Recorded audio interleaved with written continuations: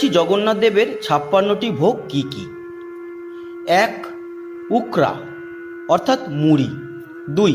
নারিয়া কোড়া অর্থাৎ নারকেল নাড়ু। 3. খুয়া অর্থাৎ খোয়া ক্ষীর। 4. দই। 5. পাচিলা কাঁদালি অর্থাৎ টুকরো টুকরো কলা। 6. কণিকা অর্থাৎ সুগন্ধি ভাত। 7. টাটা খিচুড়ি অর্থাৎ শুকনো খিচুড়ি। 8. মেন্ধা মুন্ডিয়া অর্থাৎ বিশেষ ধরনের কেক। 9. বড়াকান্তি অর্থাৎ বড় কেক। 10. মাথা পুলি অর্থাৎ পুলি পিঠে।